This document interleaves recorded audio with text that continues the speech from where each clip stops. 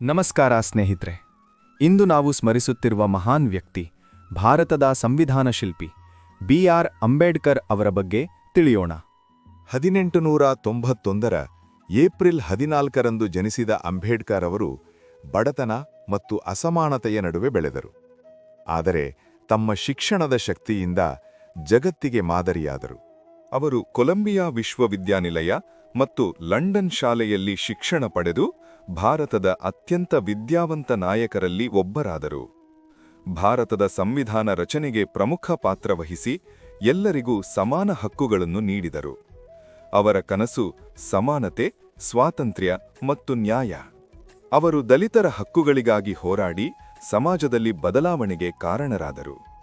ಅಂಬೇಡ್ಕರ್ ಅವರು ಹೇಳಿದ ಮಾತು ಶಿಕ್ಷಣ ಪಡೆಯಿರಿ, ಸಂಘಟಿತರಾಗಿ ಹೋರಾಡಿ. ಇದು ನಮಗೆ ಇಂದಿಗೂ ಪ್ರೇರಣೆ ನೀಡುತ್ತದೆ. ಅಂಬೇಡ್ಕರ್ ಜಯಂತಿಯ ಶುಭಾಶಯಗಳು. ಈ ವಿಡಿಯೋ ನಿಮಗೆ ಇಷ್ಟವಾದರೆ ಲೈಕ್ ಮಾಡಿ, ಶೇರ್ ಮಾಡಿ ಮತ್ತು ಸಬ್ಸ್ಕ್ರೈಬ್ ಮಾಡಿ. ಧನ್ಯವಾದಗಳು.